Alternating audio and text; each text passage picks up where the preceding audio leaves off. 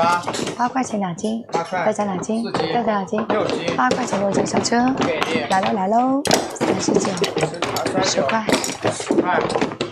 10块19块钱发55遍来上车19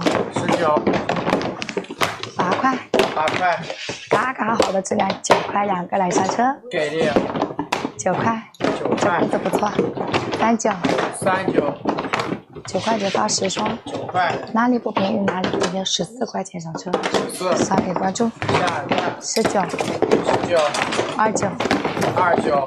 6块看一下我清楚一半13来直接上车9块20 This woman just sold 18 items over the span of a minute, each averaging 3 seconds per item, and none of them are too expensive, under $2-3 each. Without people even realizing what she's selling, that item is gone.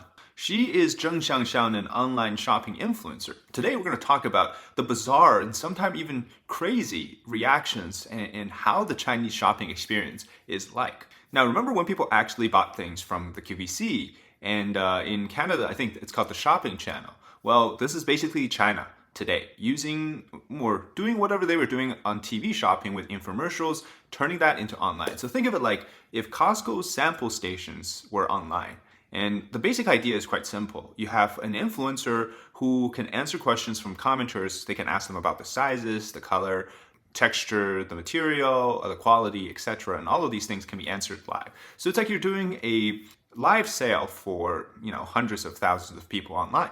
And a lot of times they work directly with the manufacturer of the product, so they're getting the best price and it's hard to beat anywhere else. And that makes the consumer side much more attractive and you want to buy it. However, Zheng Xiangxiang is doing something very different. From August to September this year, Zheng Xiangxiang live streamed a total of 64 times, and she averaged of online viewers concurrently at 5,000, totaling a cumulative view of 81 million.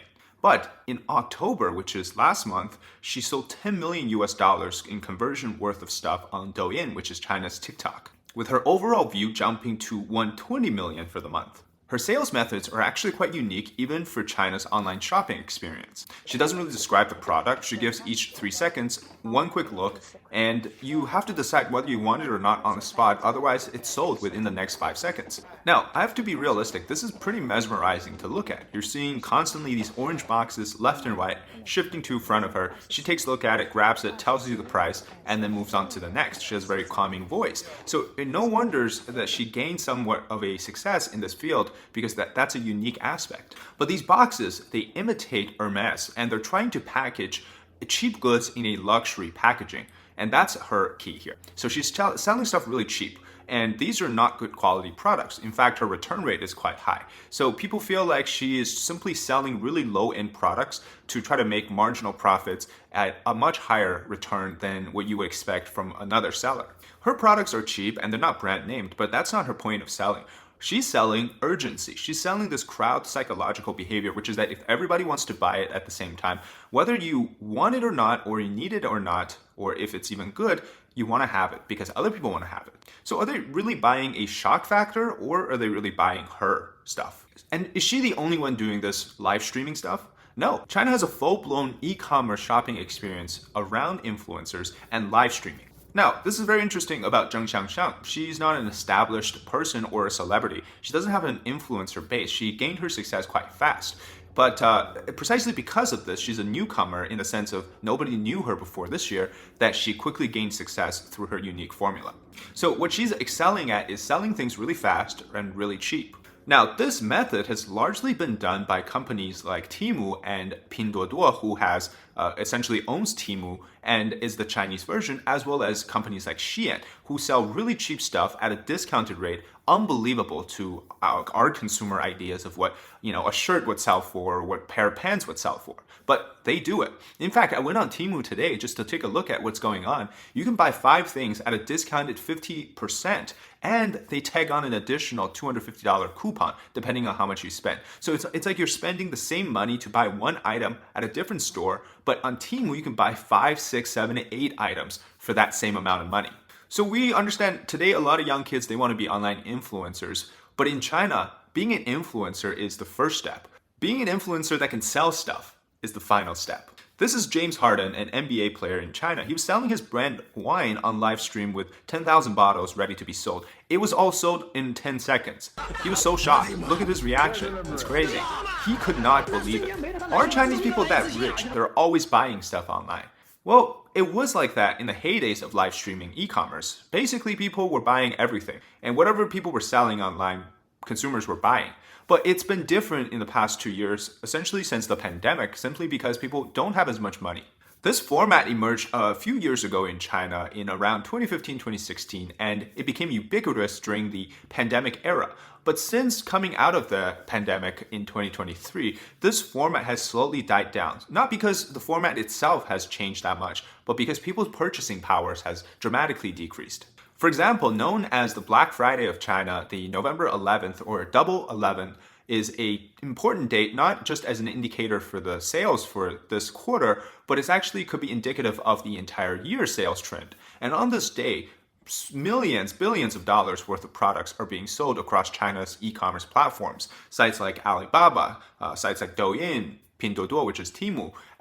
But all of these seems to decrease this year and last year compared to the years before, whereas one platform was selling much more than all of the combined this year was doing. So you see that there's a huge drop in enthusiasm among consumers. And a while back, a top streamer named Austin Lee, who is also known as the Lipstick King, is the top live streamer in China selling makeup products. He was involved in a scandal where he criticized a commenter saying that the product he was selling was too expensive. And he basically said that, could you not just get a raise? Have you looked for yourself, working all these years, you couldn't get a raise? Along the lines of basically saying that people just simply need to get better jobs. Now, this came at a time where the Chinese economy, people are coming out of the pandemic without a job. Young people graduating college don't have a job in China. And so it drew a huge reaction in the Chinese internet community for what he said, simply because the bigger environment is not creating an opportunity for success in China. Now, back to this influencer economy. What is even more bizarre than that is the Chinese news anchors for the state television CCTV. They've all quit. And, by all, I mean, some of the most important ones have quit over the last few months, and they've become influencers themselves trying to sell stuff online. One of them is Li Sisi, who has a 9.8 million follower account on Douyin, and she was China's New Year Gala host. And she quit last month from the gig to become an influencer, and she actually still sells things on Douyin as we speak. As well as a news anchor, Ouyang Chadan, who quit on her 44th birthday with the station to also become an influencer and selling stuff. Now, most of the examples I gave are women, but some of the men are also really good at selling stuff. But you're right, there's an appeal. Men are attracted to girls selling stuff, dressed well and look beautiful, but this is much bigger than just that. The main reason why people are flocking to online e-commerce is simply because of the money. You can make so much money so quickly once you become famous, just as our main character today, Zheng Xiangxiang, has done. And it's also a safe haven from the physical economy in China, because people, even as maybe they're out of a job or they're low-paying job, whatever it is, they're trying to escape the reality by going online. And so it's almost like it's temporarily shielded from the physical reality in China. And so e-commerce still hasn't been hit as hard as some of the physical economy aspects in China. And also at the same time, this influencer marketing or influencer e-economy basically crosses multiple fields. You have celebrities, sports athletes, you have different, even the news anchors. They're all coming together because they understand that this is where the future of money making will be. And because of the bigger picture, the economy is really bad. It makes Zheng Xiangxiang's low-end sort of cheap good way of selling really attractive.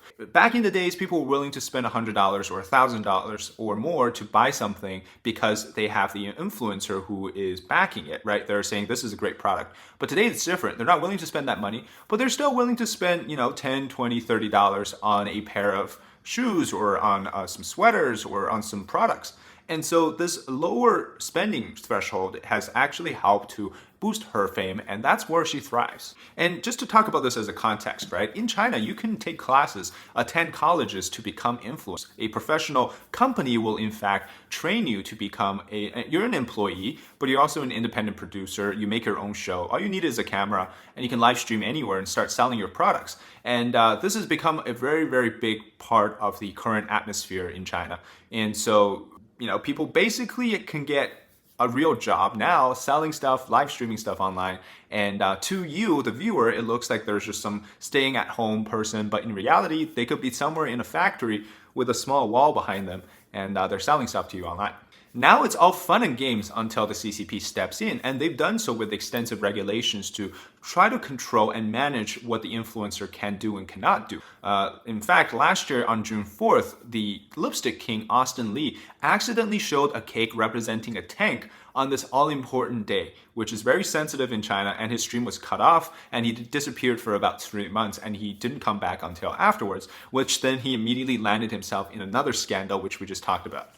And another stream named Viyash, the top streamer who once sold Kim Kardashian's 15,000 bottles of her perfume in an instant, she also essentially have disappeared from the public eye after she was found to have evaded, I believe, $100 million worth of tax. So tax evasion, she was fined for about $210 million, and they scrubbed all of her content from the online space, and she hasn't returned since. As for Zheng Xiangxiang, our main lady here, her fun time might be over as well. Douyin's platform just released a new guidance on so-called rapid sales, which is targeting towards her style of live stream e-commerce, which is you're selling so fast, there's no time to really check things out. And they're saying that that's violating the rules. And so maybe her fun times are over. And we'll see how it goes from here. But that's it today for the episode on why China's e-commerce has gone so ridiculous. You now only have 3 seconds to decide if you want this or not. I'm David Zhang, this is China Insider. Hope you enjoy the content. Leave a like, comment below your thoughts on this topic, and subscribe to our channel today. All right, bye-bye.